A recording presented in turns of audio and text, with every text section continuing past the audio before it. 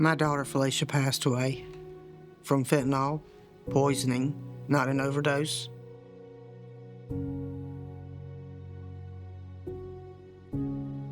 She was one of the best-hearted people. She loved her mama and her girls.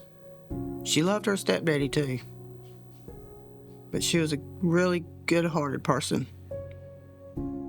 We had our ups and downs, don't get me wrong, because we were a lot alike. But she loved us a lot.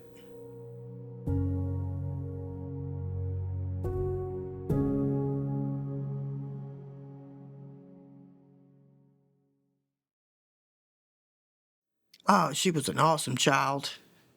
She never called me mama. She always called me mommy. Never called me mama. Such a good girl. Good grades. Good heart. Stayed up underneath me all the time. All the time. Prettiest little thing. She always had to have her hair in a ponytail up here on the side. Get up in the mornings to go to school and she's, Mama, you gonna fix my hair?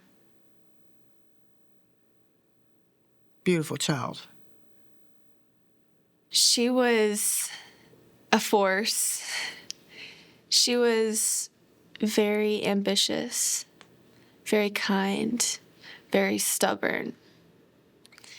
But she was genuinely a good person at heart. She was kind. She was my role model for sure. She taught me how to be a good person, how to have empathy for others and their situations, and how to look at life from different perspectives. This is something me and my aunt, actually, we got two of them. One for me and one for my grandma. They had little messages engraved on the back of them, but mine came unscrewed and I lost it. So I had to get another one. It was very sad. So now it's kind of like it's a little vial of her ashes in there. It's kind of like a reminder that she's here and she's in my heart. And so I never take it off. And so whenever I feel a little sad, I just grab it and it's like I'm holding her hand. She had her first child and everything was real good.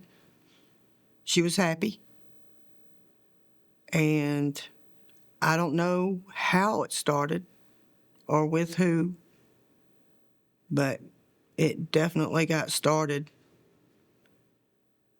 And then she had a real bad day one day when she was 31 or 32, and she did a little bit of heroin. She told me a lot of things.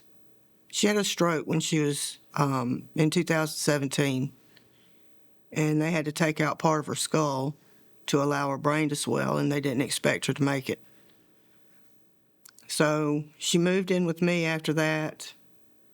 When they put her bone flap back in, it was like an indention where they had taken it out and putting it back in, and she didn't feel pretty anymore. And she gained some weight, and she wasn't as upbeat as she used to be. She wasn't as happy. And it was like she just didn't care anymore because she didn't have any use of her left arm whatsoever. And she walked like I do, with a limp. But I don't think she really felt pretty anymore. And then when my mom passed away and she was staying at my mom's house in her old stomping grounds, she got back in touch with her old buddies, and that was it. She said when I did that first little bit of heroin, Mama, she said that was just it. She said I was gone then. I didn't really know what happened fully until I was around 12. I wasn't living with her at the time, but that's when you could really visibly see the changes in her, like the way her body changed and just the way she acted and how, I hate to say it like this, but sometimes how she didn't show up. That's when I was really like, something's not right here. I don't remember exactly how, there's a lot I don't remember from when I was young. I don't remember exactly how it was told to me about what she was doing. All I can really remember is that I knew it was not good and something that nobody should deal with or have to worry about getting addicted to. You just should stay away from it. And that's pretty much all I knew until I was getting to be around a teenager. Then I started really learning what drugs were. And after that, I guess I kind of got angry. And so I was angry. I still am angry for a lot of different reasons, but I guess it's hard to understand why. That's something that I'm struggling with a lot. When it's around you all the time and you're so small and everybody around you is, I really hate to say it like this, but whenever you're surrounded by it like that, it kind of becomes, I guess, in a sense, normal. So whenever everybody would disappear, it was just normal. I guess that's how it was for me until I became a teenager and really started learning about it. It was just normal. It was just something that adults did. But I was still angry, I guess, because I know it's a disease and you can't, once you do it once, it's so hard to quit. But I guess I was just angry because I couldn't understand that really at the time. That it's not just something that you can decide one day, I'm going to stop forever. You can't do that. She went in rehab one time. It wasn't because she wanted to go. It was because I wanted her to go. And I didn't realize at the time that she has to want to go, that I can't make her go. As my husband says, if I could have fixed it, I would. But I even called a rehab for her one time, and the lady immediately said, "No, ma'am, we will not accept her." I said, "Why?" She said, "Because you called and she didn't." She said, "So that's a no right there." And I said, "Well, she's sitting right here. She could tell." She said, "No, ma'am, you called. She did not call. You called."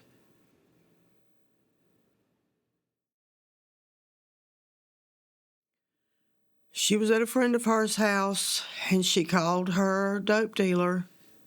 She was in North Augusta, and I was in Savannah, and I was coming down that day because my mom had passed away, and I was trying to do her estate, and she got back in touch with her old buddies, and instead of bringing her heroin, they brought her fentanyl.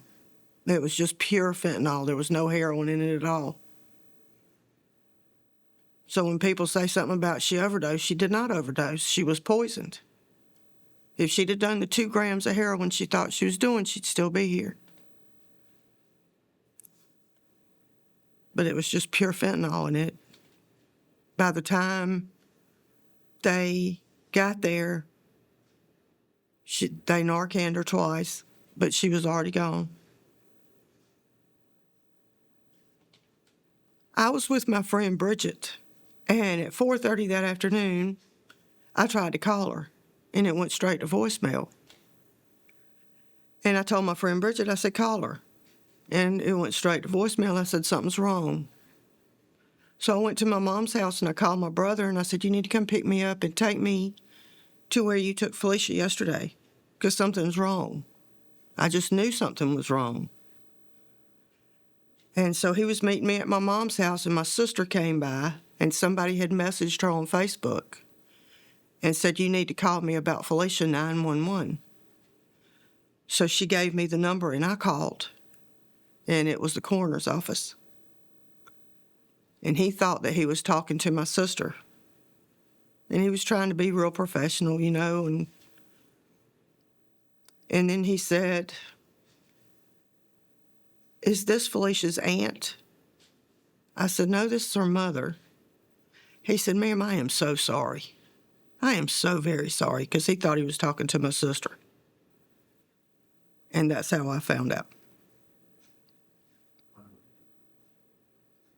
I remember a little bit of what happened after that, but not everything.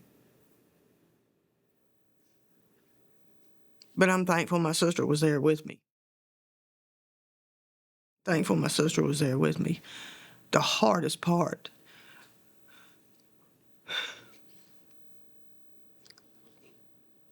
besides losing my daughter was telling my granddaughter about her mom. I think that's the hardest thing I've ever done in my life. I was dog sitting for one of my aunts, and I was driving home, and my other aunt called me, who I was living with at the time. She asked me what I was doing. I told her I was driving home. She told me to turn around and go park back home because Nini, who's my grandmother, she called her and said we need to meet over at my grandma aunt's house. So I parked, and I guess I kind of knew, due to like the urgency in everybody's voice, I knew, but I didn't want to say that I knew. So she picked me up, we rode over there. I don't remember what was said. The only thing I can remember from that car ride was her saying, "What if your mom is dead?"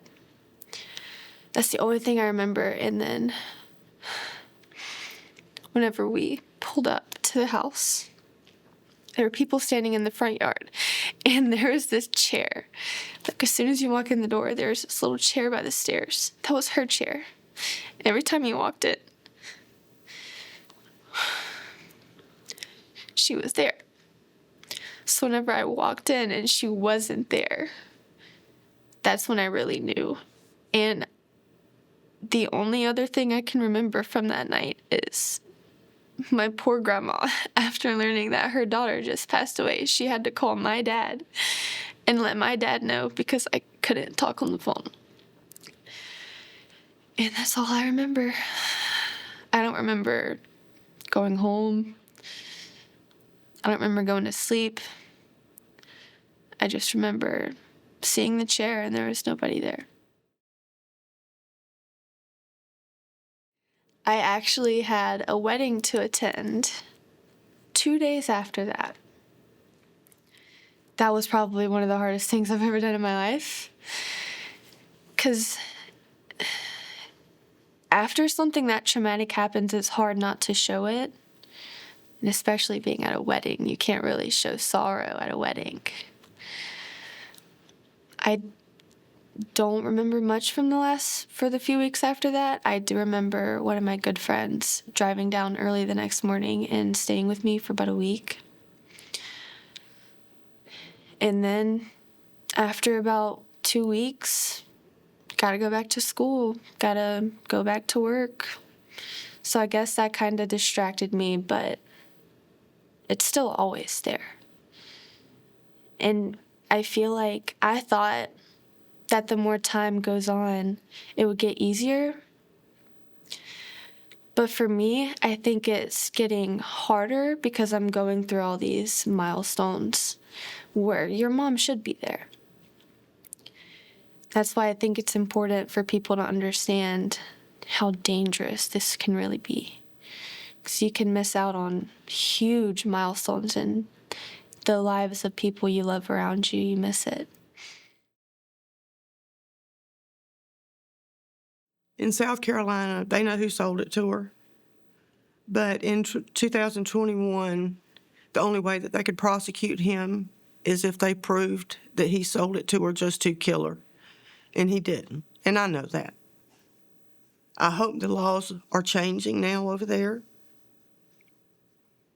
They do have him in jail for violation of probation, and his bond is $75,000. So, and they know who he is because they're the ones that told me who he was. I've talked with the investigator a couple of times. And the investigator for Aiken County is awesome in the narcotics unit. He is awesome. They told me that they were going to get him They just couldn't get him for killing my child. I sent him a friend request on Facebook, and he accepted it, not knowing who I was. And I told him, I said, you killed my child. You killed my baby girl. He said, I don't know what you're talking about. I said, oh, yeah, you do. And he deleted me and that comment off his Facebook with a quickness. She keeps teaching me more, like after she passed away, on how to handle grief, obviously, but especially considering what other people are going through and how you should treat everybody. That's something that, of course, I knew before, but especially experiencing grief like this, you really get an insight to how other people could be living and you have no idea. I think it's important for people to recognize that there's not only one straight path for everybody. Everybody's situation is unique. There's no right way to grieve. That's something that I've learned too. You kind of have to figure it out yourself. That's something that she also taught me after. Mainly have empathy for others. If your children are young, talk to your children. Let them know that there's something out there, and it's a silent killer. And you can't trust, especially a drug dealer. It's hard to really trust anybody, but especially a drug dealer. Somebody's trying to sell you some pills or something, and you don't know what it is. No. Just say no. It's taking out a whole generation. And I feel for all the parents that have lost a child and for all the children that have lost a parent. And that's why I'm here. I am a junior in college now. Going for public health. After this, I really want to spread awareness about fentanyl poisoning, not overdose. Fentanyl poisoning, because there is a difference, guys. And really try to make people see how dangerous and deadly it really is. I want to help people. In a city like Charleston, it can be a pretty big issue, especially with college kids. I want to make help available to people. That's where I'm at.